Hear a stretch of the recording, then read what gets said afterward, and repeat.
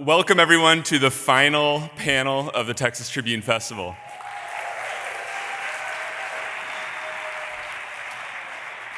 I want to say, first and foremost, just a really big thank you for all of you for being here. This has been a great 3 days for all of us. And I want to also give a big thank you to our staff, all the people that were involved in putting on this festival. It's a smaller team that you would expect, and people who are the other 362 days of the year devoted to doing journalism, right? They're pouring through public records. They're sitting late nights on the House floor, gathering information, telling the story of the impact of government and policy and politics on the lives of Texans. It's really important work, and it's work that your presence here for this festival has helped support. So I want to say a big thank you for that. I also want to say a big thank you to the volunteers who supported this.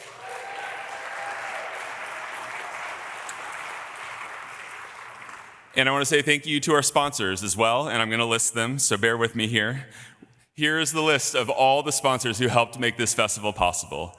Amazon, American Airlines, Apex Clean Energy, Association of Texas Professional Educators, Austin Community College District, Barron Adler Clow and Auto PLLC, Beyond Petrochemicals, BlackRock, Bookshop.org, BP America, Builders, Capital Factory, Catchlight, Central Texas Regional Mobility Authority, Chevron, CPS Energy, Dallas College, Dream for America, Educate Texas, ePluribus LLC, the creators of Moxie Voter Empowerment, Every Texan, Flavor Hospitality Group, Gray Reed Advisory Services, HEB, always gets a cheer, HCA Healthcare, Hobby School of Public Affairs, Houston Endowment, Intersect, JP Morgan Chase, Livigy, MacArthur Foundation, Methodist Healthcare Ministries of South Texas, Mexicart Museum, Encore, Open Campus, PMI US, Principals First, Raise Your Hand Texas,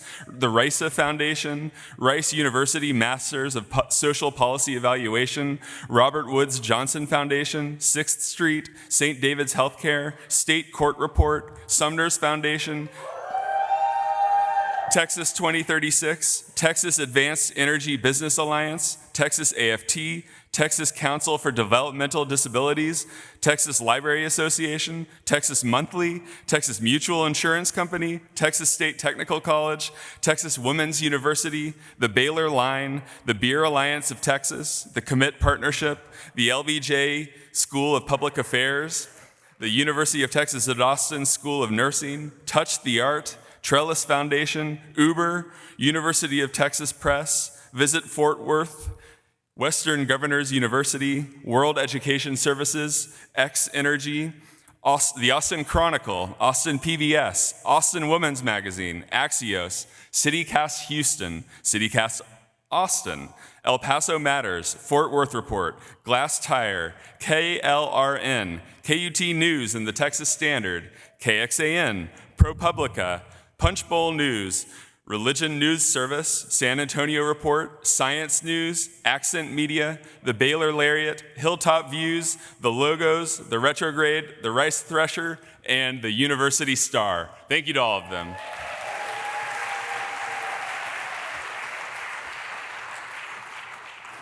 There's one more person I want to thank as well, and that is our CEO, Sonal Shah. As many of you know, that this is her last festival as CEO. She's been our CEO for the past 3 years. If you know anything about what's been going on in the world, it's been a very hard time to be the CEO of a media company. She's done an amazing job. She's made this organization stronger. She's been a great boss to me in particular. We are all very grateful. I hope you are all very grateful for the service she's done for the state. I can't tell if she's here, but if she is, please wave. But thank you to her. Give her applause.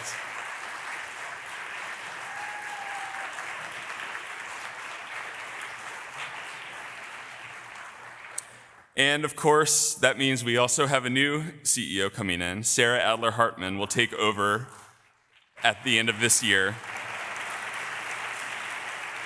We are very excited about her. She has great experience in the media field. She's incredibly smart, and she is a Texan who cares a lot about this state. And so I'm going to bring her out for just a second to say a first few words. Please welcome Sarah Adler-Hartman.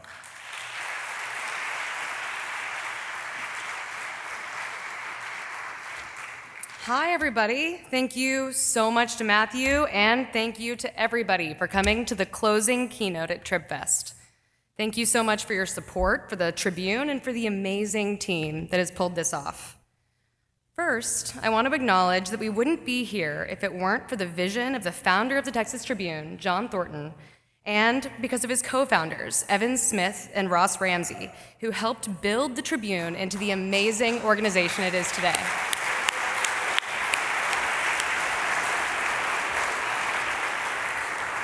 I also want to personally thank Sonal Shah for her leadership over the past 3 years and for her exceptional and gracious support of me in this transition.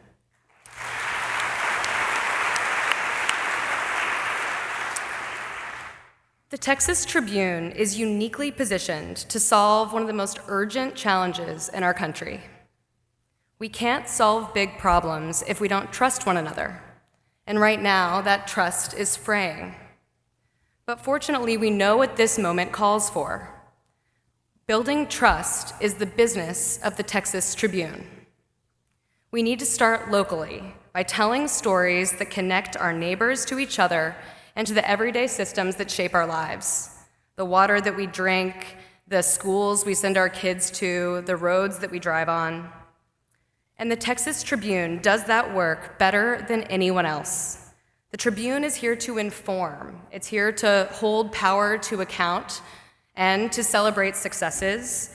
It's here to be a magnifying glass in front of the details that matter and to be a megaphone in front of the voices that need to be heard.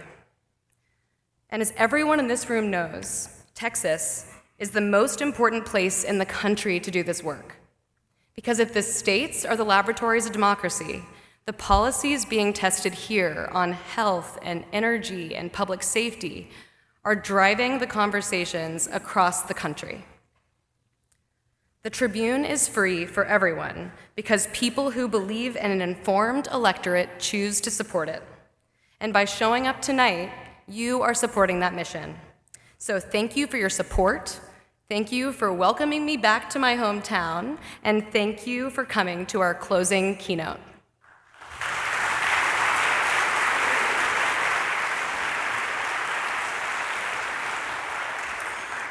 All right, thank you, Sarah. By the way, I'm Matthew Watkins. I forgot to introduce myself. I'm the editor-in-chief of the Texas Tribune. And I am here now to introduce our final closing speakers. First, our moderator, Celine Gounder. She's a physician, epidemiologist, and medical journalist. She's KFF Health News' editor-at-large for public health, a clinical associate professor at New York University, and she cares for patients at Bellevue Hospital. She's one of the world's leading experts in science, medicine, and public health communication. She, of course, will be interviewing Sanjay Gupta. Sanjay Gupta is the multiple Emmy Award-winning chief medical correspondent for CNN, and he's host of the CNN podcast, Chasing Life. He's a practicing neurosurgeon, plays an integral role in CNN's reporting on health and medical news for all of CNN's shows domestically and internationally, and he regularly contributes to CNN Digital. Please welcome them both to the stage.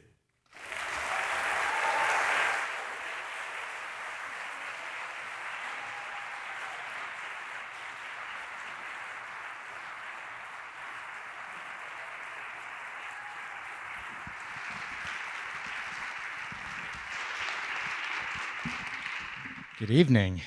Thank you so much. Thank you for sticking around. Appreciate it. So thank you so much for joining us for this closing session of the Texas Tribune Festival. Just a reminder to please submit your questions via the website texastribune.org/ask, and a Tribune journalist will be asking those questions on your behalf towards the end of this session.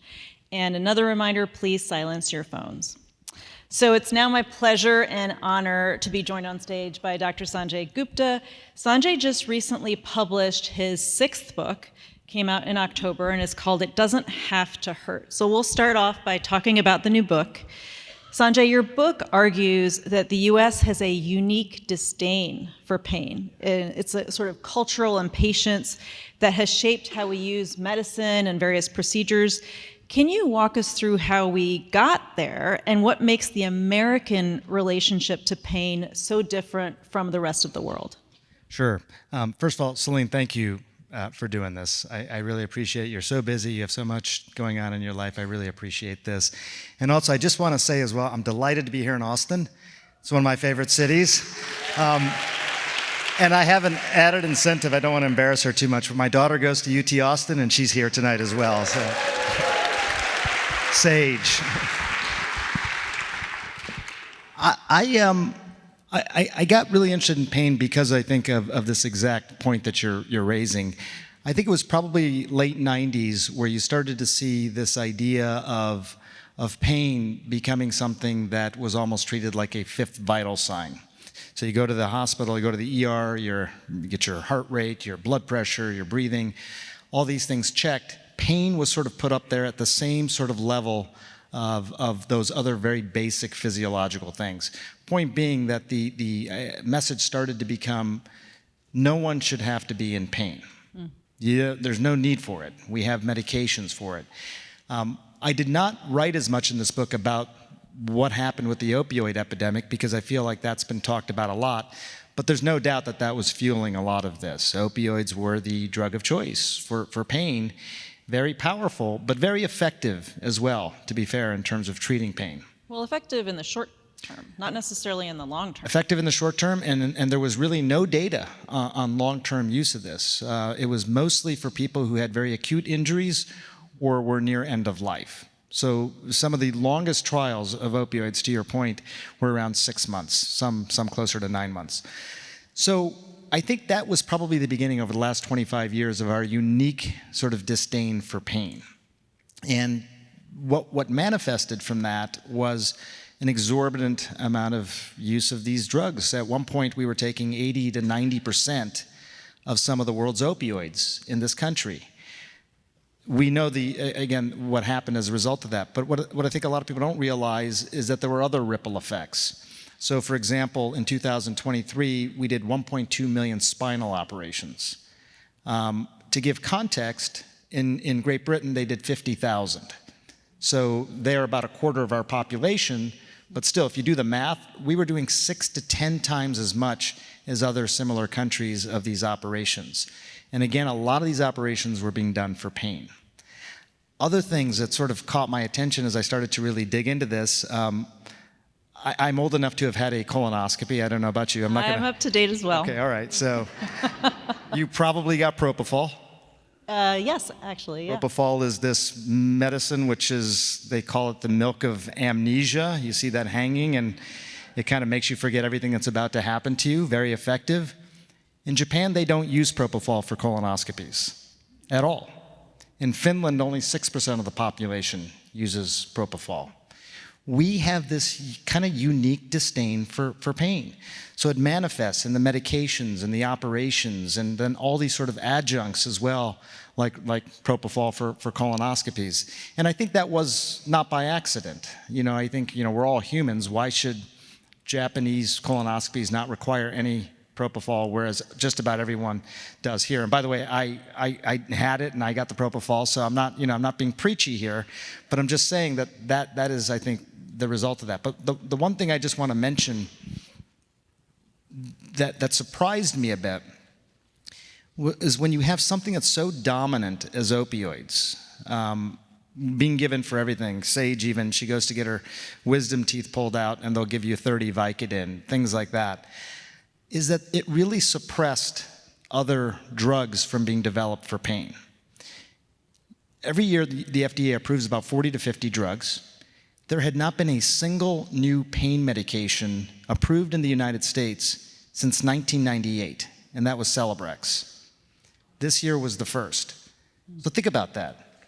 Chronic pain, one of the fastest growing conditions in the country, faster than cancer, diabetes, and dementia. And yet not a single new therapeutic in really 27 years for that. So there was these ripple effects of what was happening with opioids as well. I mean, to be fair, there are certain populations that have not gotten the greatest of pain control. I'm thinking about women, for example, when you get your IUD, or when you have a LEAP procedure for cancerous lesions. How do you reconcile sort of why we are so aggressive about a certain kind of pain management for some but not for others?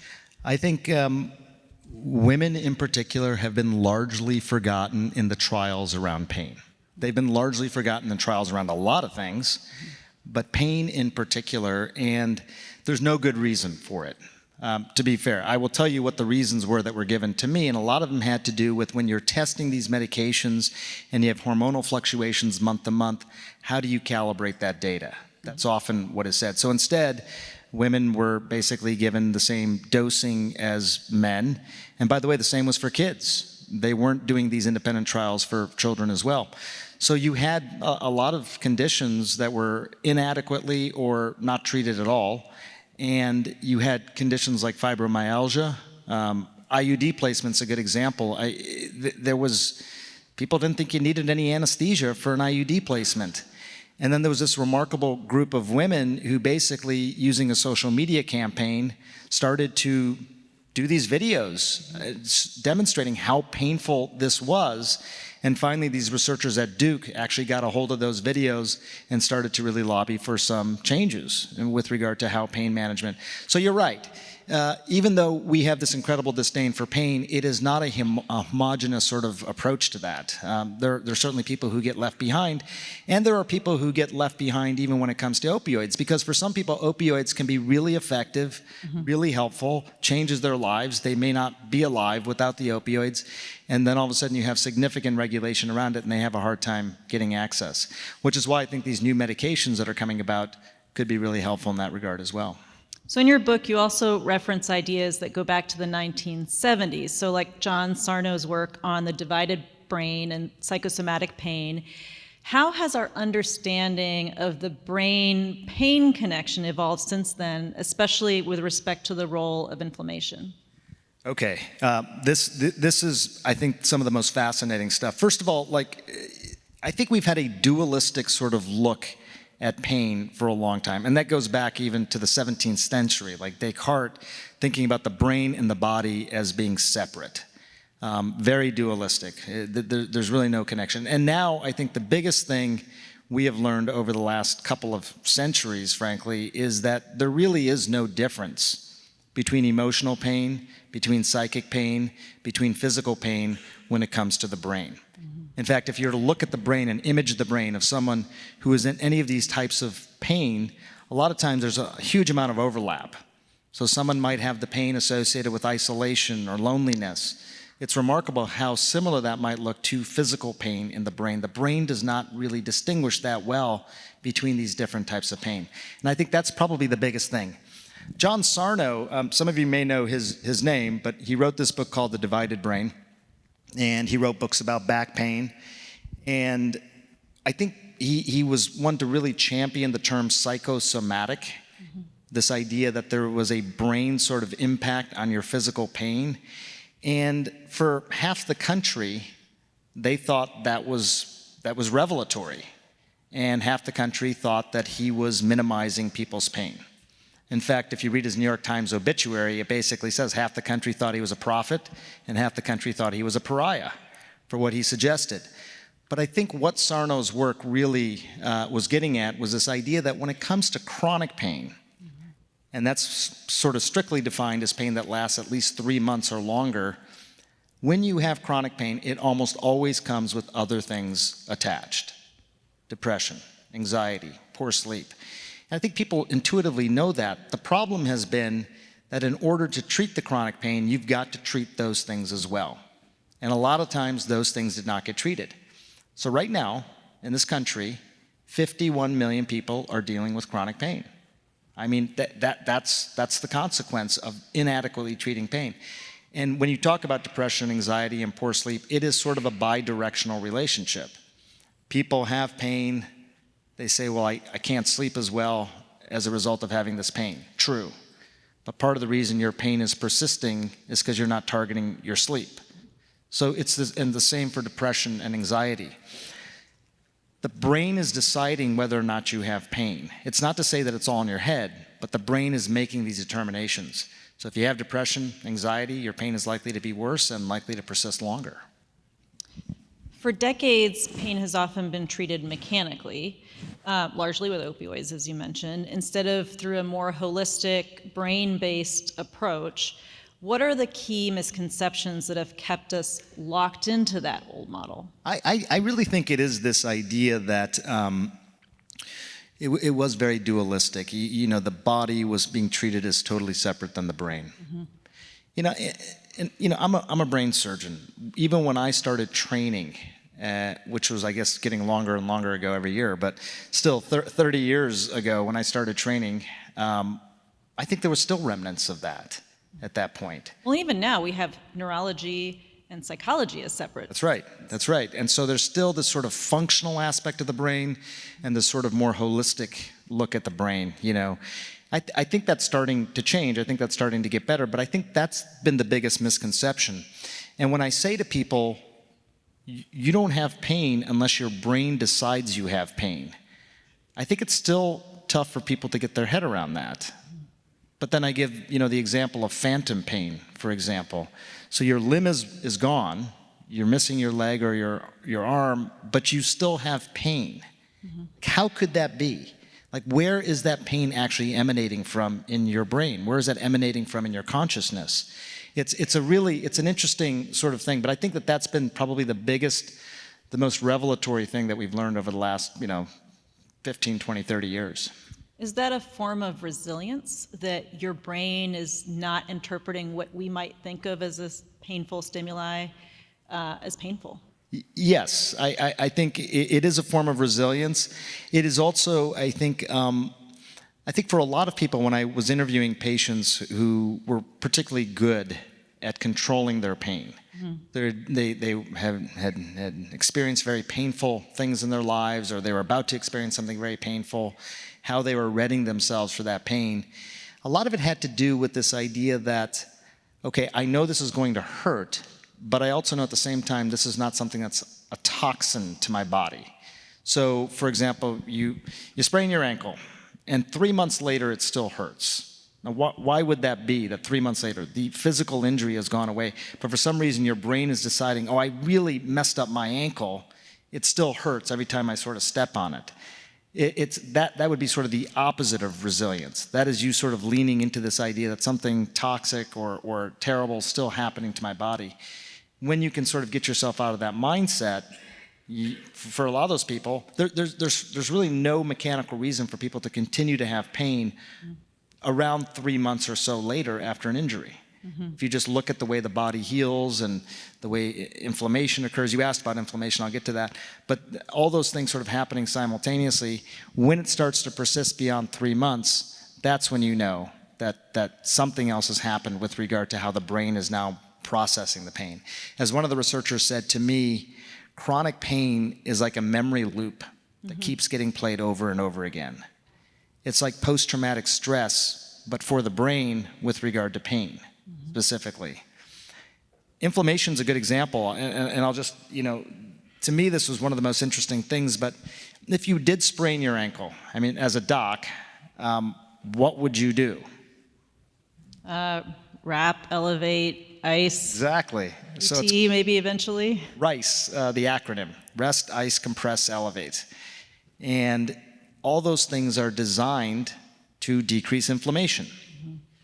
There was a study that came out last year that was trying to predict who was most likely to have chronic pain. And what they found was that people who had the lowest levels of inflammation at the time of injury were the most likely to have chronic pain.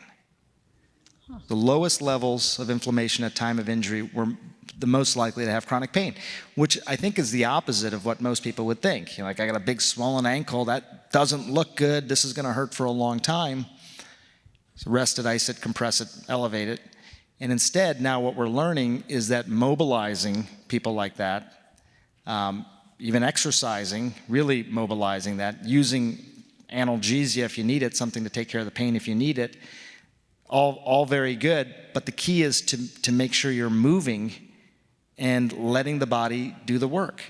So instead of RICE, the acronym has now become MEAT, which is mobilization, exercise, analgesia, and treatment. So it's a totally different framework. But, you know, as a doc, somebody's injured, you say, hey, just stay off of that. Don't use that. And when you do that, you're not letting the body heal. I'm not the first person to say this, but I think what has changed over the last few years is that there are now studies that have actually proven this, like shown that you don't have high levels of inflammation, you're more likely to have chronic pain. For people in the sports medicine world and the pain world, that was a revelation. And I think it totally changes, like even if you look at NBA basketball players or people who are performing at a very high level, how they're treating injuries in the moment is very different now based on some of those studies. So shifting gears a little bit, you've spoken with FDA Commissioner Marty Makary. The FDA is now re-reviewing some 4,000 drugs. And in a world of complex drug-drug and drug-environment interactions, what do you think this overhaul will mean for public trust? And how do we prevent another Tylenol autism-style misinterpretation of data? Right.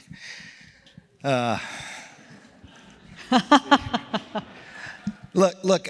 First of all, the first point. So there's about 4,000 FDA-approved drugs in the country. Interestingly, about 400 have black box warnings. Just to give you some context, so about 10% of our drug supply has black box warnings.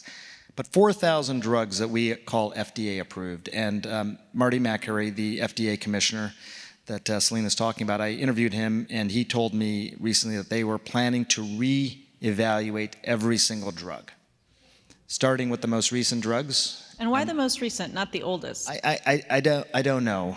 I asked that question. It's a little weird. It's a little weird. The most out of date is the oldest. Right, because I think to give some semblance of logic to it, when I asked about why do this at all, because I think at some point it raises this larger question, I think philosophically, which is, when is your evidence threshold for something good enough?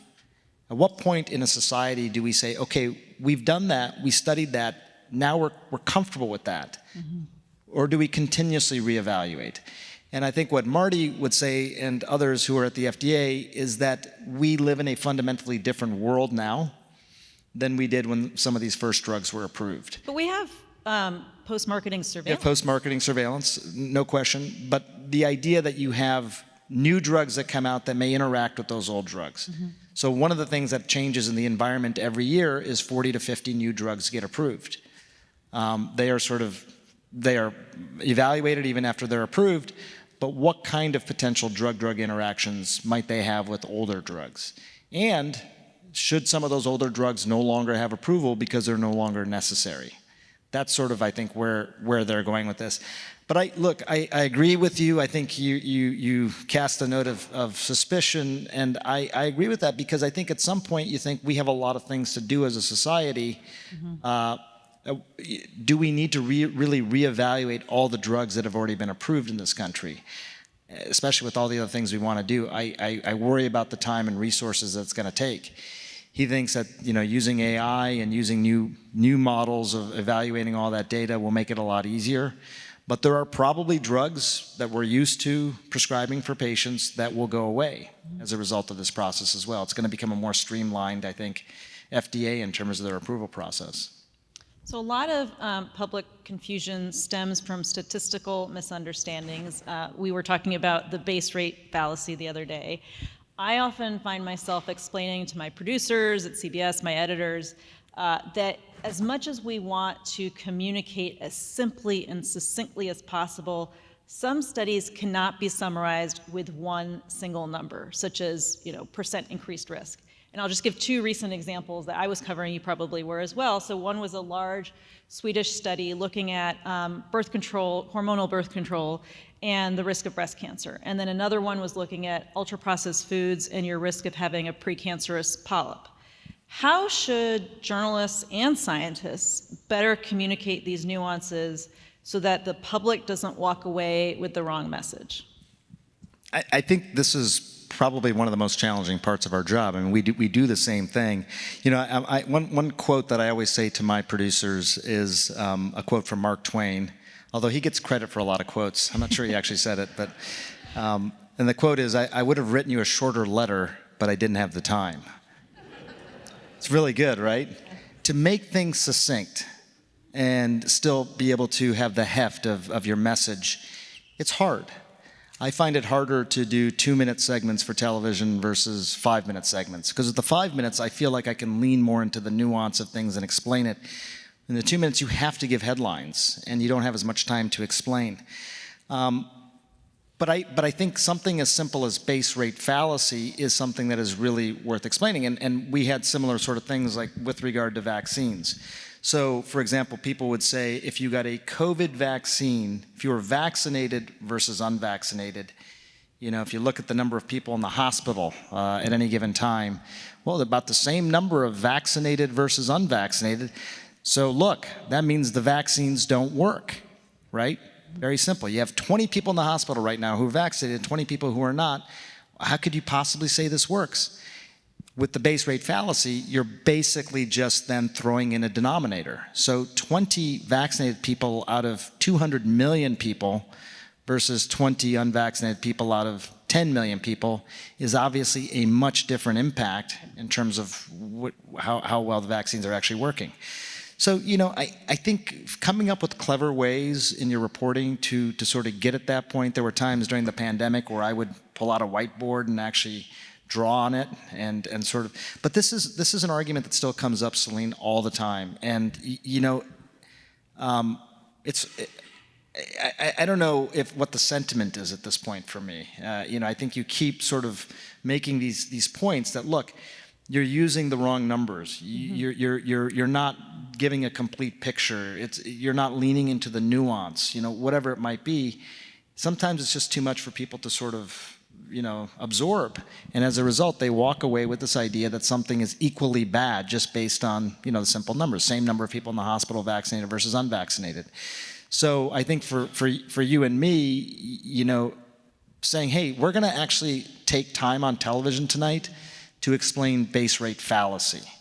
And what I have found is people are often very, was that interesting to you? I mean, is that helpful? I think it's, it's just one of those things where I think the more that we say it, at least when people search, who are well-intended and search, whether it's about vaccines or whether it's about, any other issue where this might come up, at least they will see this good content along with other content as well. Well, to that point, we are living in a world where there is a lot of misinformation and disinformation. Do you think it's our jobs as medical journalists to actively combat falsehoods, or is it just more realistic to put out as much high-quality information as possible so that, to your point, when people come back and search for something, they will re-up that good information? Yeah, that's a great question, and I really want to hear your thoughts on this as well. I will tell you, just because the pandemic, I think, was one of those areas where we were all working really hard at this, and it was like, Sage will tell you, I was getting up at 4:30 in the morning every day and 11:30 at night, and so much of the time was spent combating misinformation, which was very different versus the first 20 years of my career.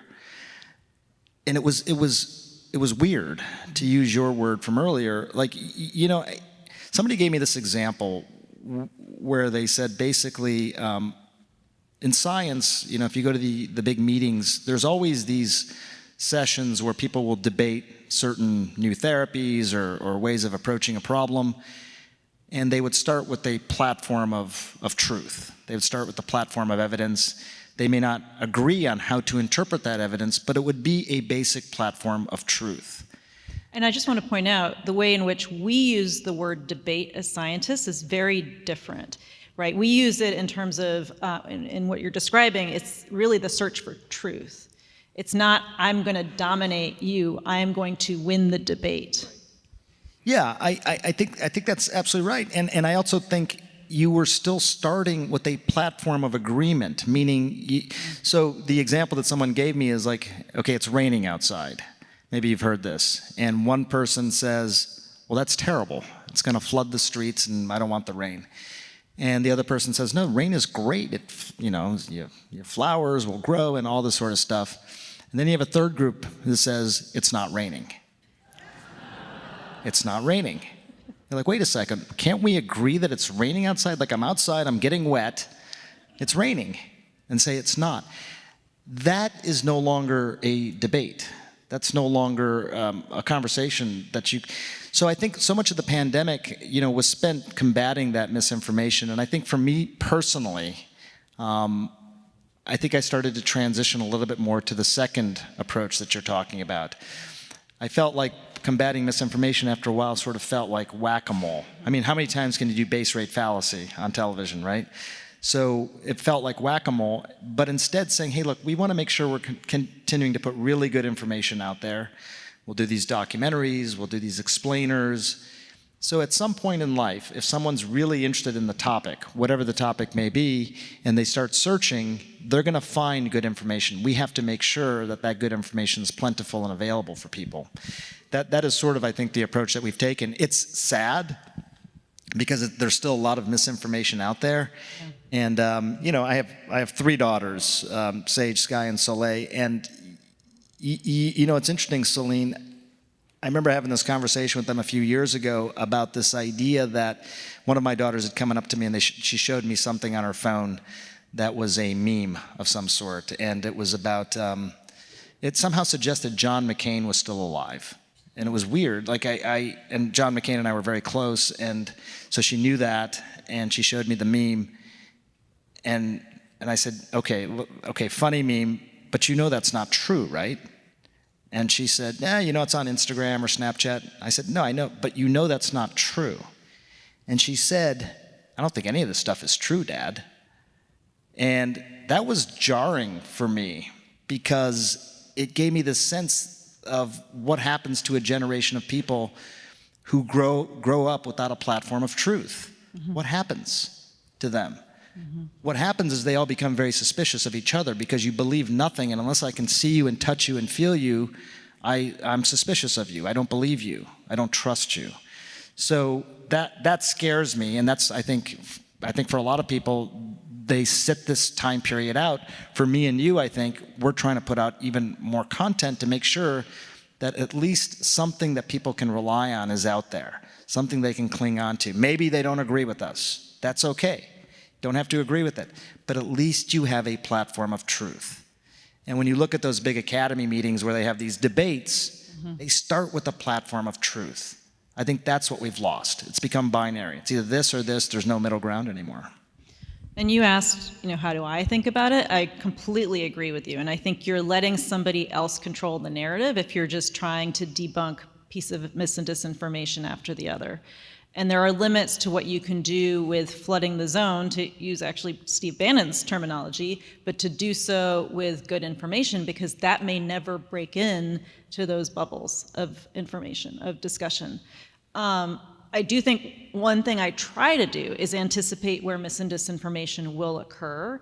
So, for example, with COVID, I had seen this with Ebola, which you also covered. In West Africa, I was there as an aid worker, and they were in the middle of their own presidential election. Ebola was a hoax to many because it was inconvenient to, not inconvenient, but was used to prevent political gatherings of the opposition party. And so they pushed back, saying this is a hoax. And I think, unfortunately, we saw similar kinds of dialogue here in the United States. And so as I saw the reports coming out of Wuhan late 2019, early 2020, this was exactly what I was worried was going to happen. So can one person get ahead of that? No. But I think to the degree that we can anticipate where there's going to be politicization, you're going to have mis and disinformation. Yeah, I mean, and look, you probably were ahead of the curve on that because I hadn't really anticipated that much misinformation. I think we were both, I was in Conakry, Guinea for a while, we were both in that. We saw that, what was happening with Ebola in West Africa. We had done a documentary in 2019 just about vaccines again in the United States, and one of the things that really struck me was if you looked at the demographic of people who were least likely to get a vaccine at that time, pre-COVID, it was younger, more liberal women. Mm-hmm. And fast forward 5 years, and it's mostly older, more conservative men. What does that mean? That within 5 years you could have a flip of the demographic, almost completely the opposite in terms of who would be least likely to get a vaccine. I think what it means is your point exactly, which is these are all political issues. And I'm not smart enough to understand how the machinations works. Like, I don't understand how people, like everyone says, it all comes back to money. And I'm sure that it does somehow, although I don't always see it because I'm not a money guy. But like if I go onto my computer and I search for new cars and I start getting flooded with ads for new cars, that makes sense to me. Mm-hmm. People making money telling you not to do something, that was surprising to me. But you now know that it's a huge wedge issue. It helps political folks get votes. It helps people online get clicks. Mm-hmm. That's, I think, probably what's driving this more than anything else. And again, it's very hard to combat. I think one of the other factors that has led to vaccine skepticism is that a lot of Americans today feel genuinely angry, not just frustrated, because they don't feel served by the US health system. From your vantage point, you've been in this position since 2001, I believe.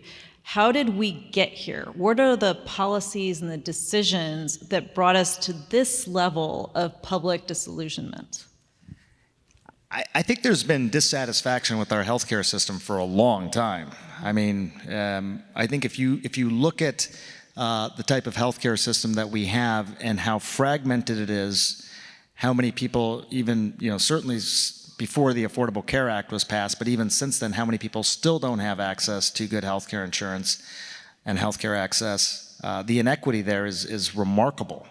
The overall inequity in this country, just health and everything else, is measured by something known as a Gini coefficient. Our Gini coefficient in the United States is on par with Sudan.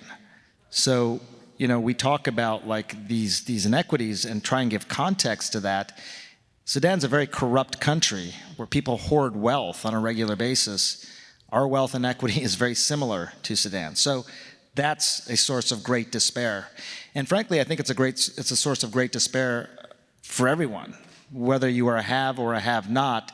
It's very stressful to live in an environment where you have that kind of inequity. I'll just tell you real quick, I did this documentary some time ago, and part of it, we were talking to these primatologists, people who study primates. And one of the studies that they did was they were looking at these Capuchin monkeys. Capuchin monkeys are the really smart monkeys, the organ grinders in movies, and they had this experiment that they did at the Marcus Primate Center where they had these two Capuchin monkeys right next to each other in glass cages. So the Capuchin monkeys could see the examiner and they could see each other. So monkey number one does a task, which is to hand a pebble to the examiner and gets a reward, which is a piece of cucumber. Does this 25 times in a row. No problem. Goes to the next monkey. Everyone can see each other.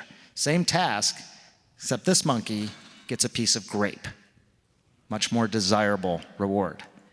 So what do you think happens? Go back to this monkey, task again, gets cucumber.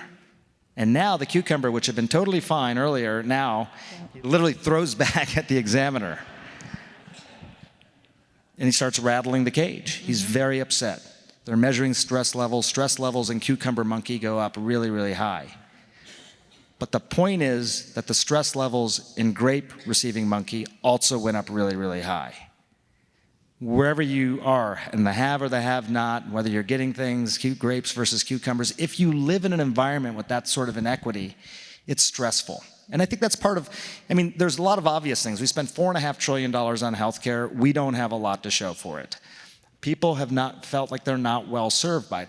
I think some of what is happening now with regard to reevaluating our food supply, fully recognizing that 70% of what people are eating is processed foods, all these things, that's been a long time coming.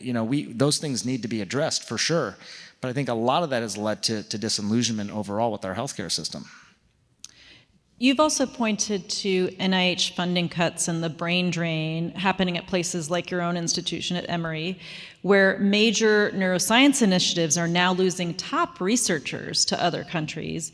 What do you think is at stake when the U.S. stops leading in biomedical research? That is happening. What is the real world value to patients and to society of being a scientific leader?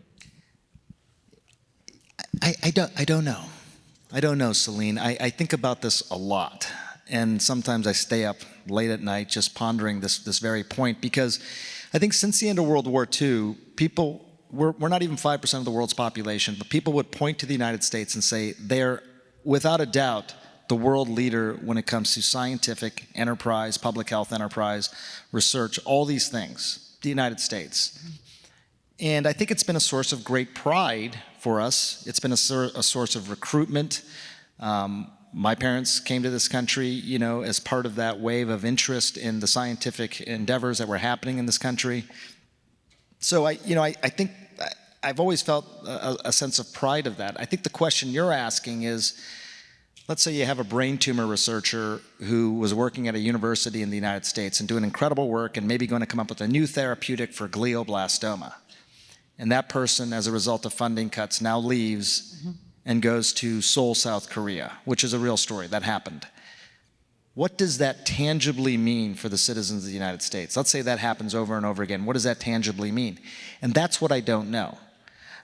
To be fair, I think if that researcher were to go to Seoul and develop that therapeutic for a malignant brain tumor, I do think that United States citizens would have access to it. I don't think they would be so proprietary about it that they wouldn't, give access to other countries around the world. So then the question becomes, does it matter that some of these huge scientific developments emanate from the United States? And if they don't, is that a problem? And I don't know.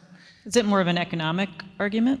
I mean, people who are not worried about this will say, look, the average US citizen already pays a lot for these medications. So, it's not like creating a lot of these medications in the United States offered some sort of individual economic advantage. We pay some of the highest prices for drugs in the world, even if we've developed them.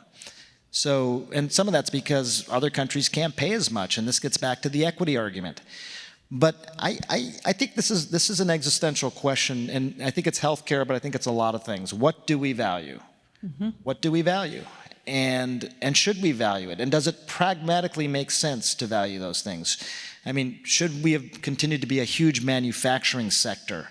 At some point, we realize we're not a large enough population to be a world leader in manufacturing. That's probably going to go to other countries around the world for textiles and things like that. But with regard to healthcare, I think it's a little bit of it's an open question right now. But it's happening. Like, those cuts are happening and the ramifications are happening. That researcher who went to Seoul, South Korea, when I talked to him, he said, we're with universities that have enough of an endowment to be able to pay for your lab for a while still. And the response that we get back is something along the lines of, the money's important, but the stability of the United States is one of the things that we value. Some of these projects take 10 to 15 years. And if we feel like we're going to be sort of riding this roller coaster for the next several years, we want to go to a place that is stable. And it's not a zero-sum game, because in Seoul, they are very interested in investing in healthcare. Most of their stock market in South Korea is determined by 7 different companies. None of them are healthcare companies. They want to diversify.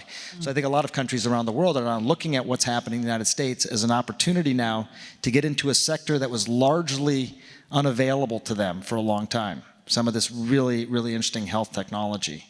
So, it's happening. I was talking to Mary Roach yesterday. I don't know if you know Mary, but she's a science writer. I love her. And she wrote a book about replacement parts, the new hips and knees and even lenses for cataracts. And a lot of the funding for replacement parts is starting to get cut. So you're starting to see some of these things already being developed in other places around the world. So what will be the long answer to your question? I don't know what the long-term impact will be of these cuts in terms of our standing in the world with regard to healthcare, but it's worrisome for sure. Given this specific moment in the news cycle, can you break down what changes to ACA subsidies will actually mean for people? We're hearing about significant premium increases. How should the public understand what's driving healthcare costs, and who will feel them most?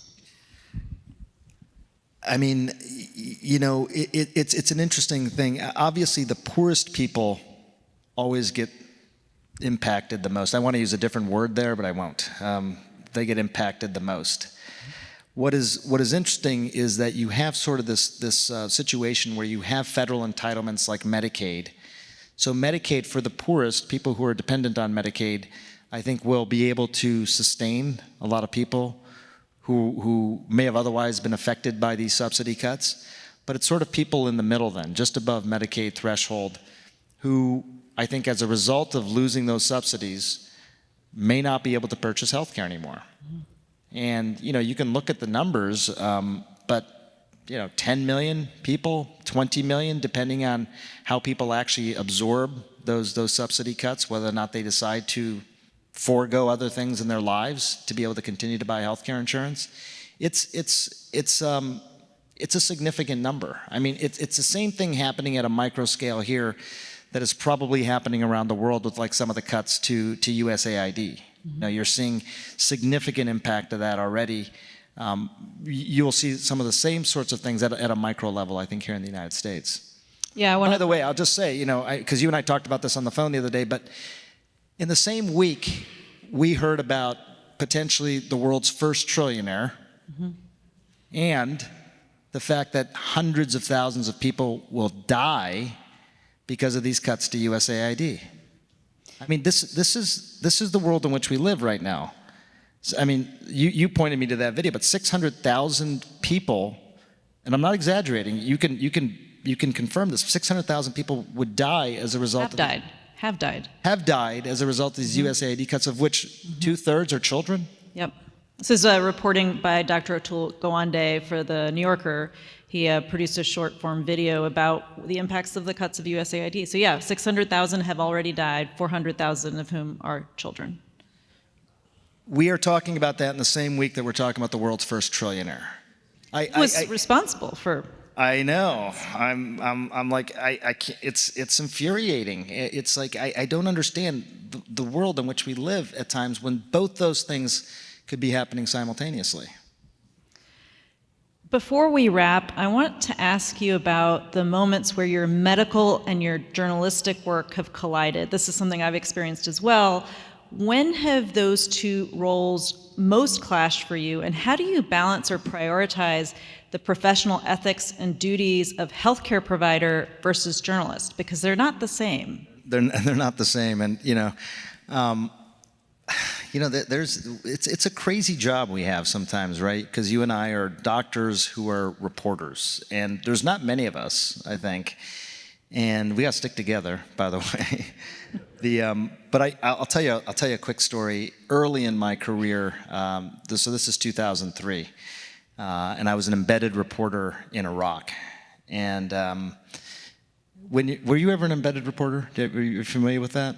Not like you were, no. So when you're embedded, you're basically just attached to a group of people. And so I was attached to what's called the first 1MEF, the 1st Marine Expeditionary Force, and I was embedded with a group of doctors who were colloquially known as the Devil Docs. So these were naval doctors who basically hopscotched around the desert taking care of people at the point of injury. And so, you're together all the time. And when you cover conflict, 90% of the time is boredom, and 10% of the time is atrocious terror. It just whipsaws back and forth. You don't know when one is going to come. But you get to know each other really well in the downtime. You get to talk, you know about each other's kids and dreams and everything. And they obviously knew I was a neurosurgeon. And they didn't have any neurosurgeons in the theater. So I was there as a journalist, but they knew I was a neurosurgeon. And so one day,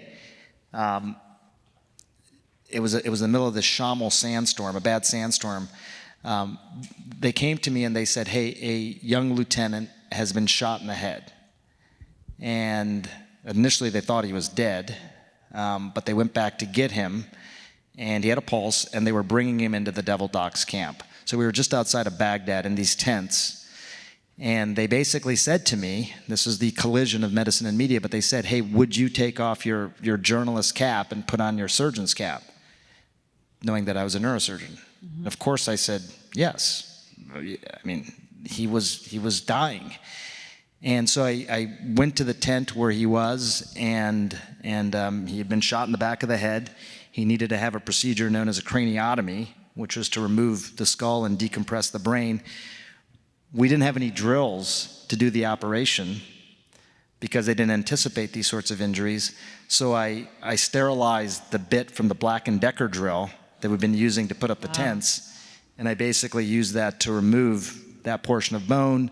I took out the blood collection, the bone fragments, and the bullet fragments, and decompressed his brain. We were in a really, really tough environment. We're in the middle of a dusty desert tent, so I was really worried about infection. So I took an IV bag, which was the only sterile thing that I could find, filleted that open, and I used that to create the outer layer of his brain, this IV bag. I wrapped him up, Black Hawk helicopter comes and takes him away. And that's all I really knew. All I was told was his name, which was Jesus Vidania. And real quick, I'll tell you, I come back to the States, and one day I'm sitting in my office and I get a phone call from area code 619, which I recognize as San Diego. And I answer the phone. They say, hey, is this Dr. Gupta? I have an update on one of your patients. And the first thing I said is, I think you might have the wrong Dr. Gupta. As it turns out, there's quite a few of us. Says, no, I think I got the right guy. Do you remember operating on Jesus Vidania over in Iraq? And I said, yeah, I mean, how do you forget operating on Jesus in the middle of the desert, right? And so I was really like wondering how he was doing, and because all I knew was that Black Hawk helicopter taking him away. And he said, he's doing pretty well. He's living in Southern California. He's got a little bit of left hand weakness, but he's doing pretty well. Wow. And if you're in Southern California, come pay him a visit. So I was in Southern California, and I decided to pay him a visit. And it was the most amazing thing. First of all, I'd only seen him sort of beaten and battered on the desert floor. Mm-hmm. And this guy answers the door, and he's this handsome, strapping Marine. And he's young. And you forget how young the people are that safeguard our country. You know, it's just incredible. He's living with his parents still, you know. And so I go in and I'm talking to him, and, you know, he and I sort of chat, and his mom comes out a little bit later. And Mom is so sweet, and she says, are you the guy that operated on my son? And I said, yeah. And she takes my hands, and she says, thank you. Dads are a little different. He comes out, and he goes, are you the guy that operated on my son? I said, yes, sir. And he says, and you're a journalist? Hadn't gotten the whole story. But, you know, I'll tell you, Celine, real quick, because I know we got to, but I sat down and I talked to them for several hours that day. It was this beautiful, I'll never forget this day. We're sitting in their home. It's just outside San Diego, and we're sitting in the living room, just the four of us. And I realized something, that they had never really talked about this. He got shot in the head. I operated on him in the desert. He went to Kuwait City. He went to Launchstool. He went to Walter Reed. He went to San Diego. And life becomes a process sometimes for people. Sometimes it becomes a process, and you just don't get a chance to reflect on what has actually happened. And I don't think I'm being hyperbolic when I say I enabled a conversation between that family that day that was maybe just as healing to them as me operating on him in the desert. You know, they hadn't come to terms with it. Mm-hmm. I just sat there and asked them questions, and I think that was a real collision as well of my medical and journalism career. There is an ethics to it, to your point. I mean, you know, you go there as a journalist, and one of the things you're taught in journalism is that you do not become part of the story. Yes. You do not become part of the story, because that sacrifices your objectivity. But I do think personally, and, you know, I take grief for this from time to time, but I do think personally that, you know, if you're a doctor, frankly, if you're a human, yes, and you could help somebody as opposed to pointing a camera at them, you would do that.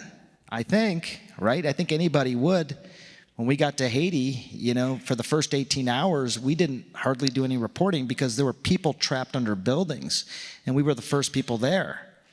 The military had not yet shown up. Outside aid groups had not shown up. The aid groups on the ground, they had been destroyed by the earthquake as well. So all of a sudden, journalism organizations, news organizations are the first people on the ground. I think there's an obligation to help. So there's an ethics, but I think there's common sense as well. Yeah.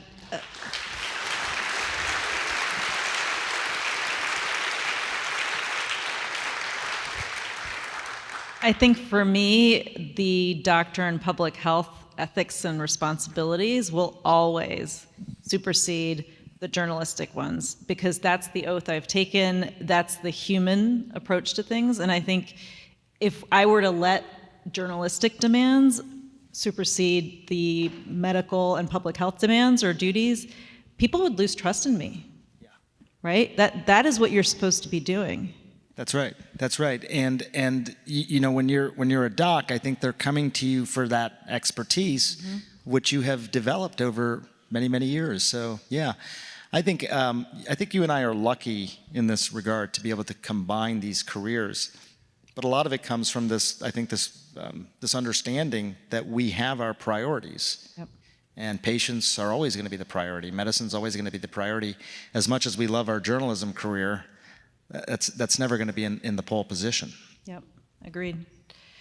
I think we have some questions from the audience now. Oh, all right. Yes. Hi, I'm Julie Chang. I'm the health editor at the Texas Tribune.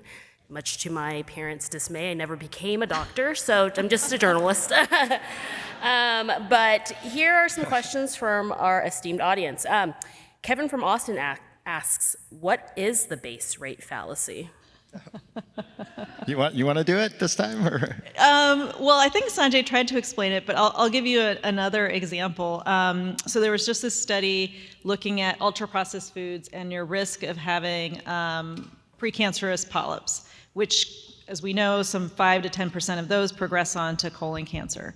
And the way many outlets reported it was that your risk of polyps increased by 45% if you consumed a higher amount of ultra-processed foods. 45%, that sounds like a huge number.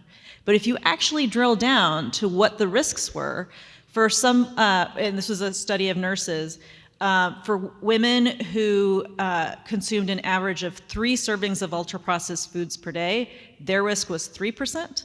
If you increase the consumption to 10 or more servings per day, their risk increased to 5%. So going from 3% to 5% doesn't sound as big as 45%, right? But it is a 45% increase. And so being careful with numerators and denominators, something we say a lot in epidemiology, is, people unfortunately are not very good at fractions and percentages, but that is what we're talking about here. Yeah, I think absolute risk versus relative risk, I mean, that is one of those things. I think this has even come up recently with HRT, the hormone therapy, which just recently, the black box warning is going away. If you looked at some of the data around that, there was an increased risk of breast cancer, but these were similar percentages. It was 1 in 100 to 2 in 100. That would be a 100% increase in risk. But I just think all the numbers are important to present, if you can do it as quickly as possible. All right. Wally from Austin asks, what is your approach to discussing or messaging your science-based findings to people who say they don't believe in science? Yeah, they don't think it's raining outside.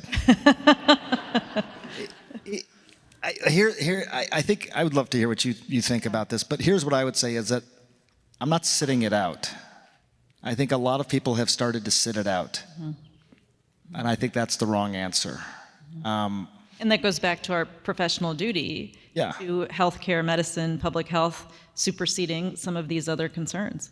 Yeah, I think now is probably a time to redouble efforts and to keep making sure you put good content out there. I think one thing I will say is, I think if you're talking about people who don't believe a particular thing, I find it to be a more heterogeneous group of, like, again, if we're talking about vaccines, since that seems to be a big topic, I think people who are reluctant to take vaccines are not all the same. I think people are doing it for different reasons. I think there's probably broad categories. There are some who are just chaos creators. The currency is the chaos. That is the currency. I think there's other people who are truly concerned about themselves or their loved ones.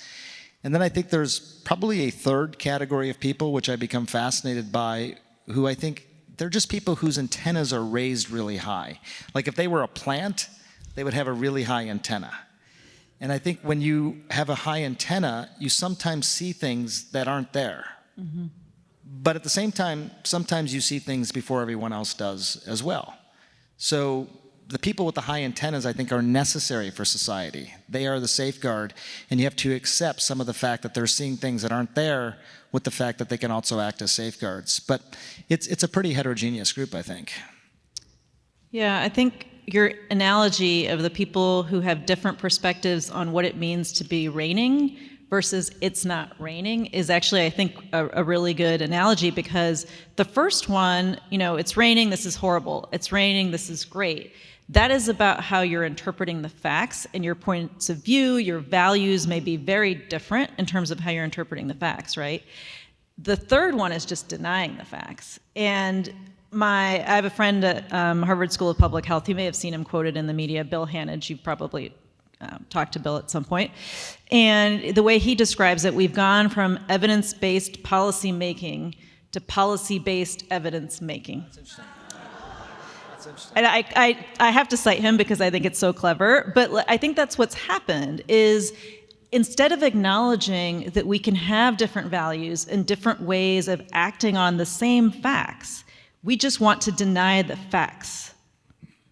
Yeah, and I think somebody recently said, hey, we're going to go out and get the proof that we need to try and prove something that that they already believe. Yep. So the answer is it's tough, I think. It's very hard to continue to debate when someone does not have that platform of truth. Mm-hmm.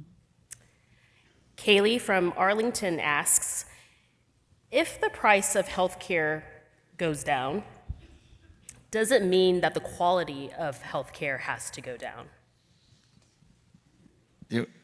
I have a thought on that. Do you want to go first? I'm happy to go first. So as somebody who has worked in public health, a lot of what is being said by the MAHA movement, for example, the beginnings of that really resonate. We need healthier food.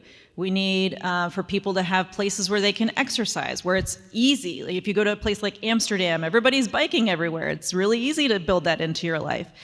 So thinking about what are the upstream things that determine how healthy you are, that is so much of the calculation here. And I think we certainly could be investing more in prevention, in public health. You go to a country like Costa Rica, again, our friend Gounder did a whole New Yorker article on Costa Rican community health workers and how much can be done at the closest point to home where people are, so they don't have to navigate a complex medical system. And they actually have one of the longest life expectancies in the world. So no, spending less money does not have to translate into worse healthcare outcomes or health outcomes. It's about how you spend the money. Yeah, I mean, look, we spend twice as much per capita as the next most expensive country in the world, and I think we're in the mid-30s in terms of mortality. So I think we could spend less, have more longevity, and have a happier population probably all at the same time. I think the one thing that no one disagrees with, I think, although anybody can disagree with anything, I guess, but is that our healthcare system does not work very well. It works well for some things, but for a lot of people, it just doesn't work very well. So, whatever metaphor you want to use, I think we could spend a lot less and get a lot more for it.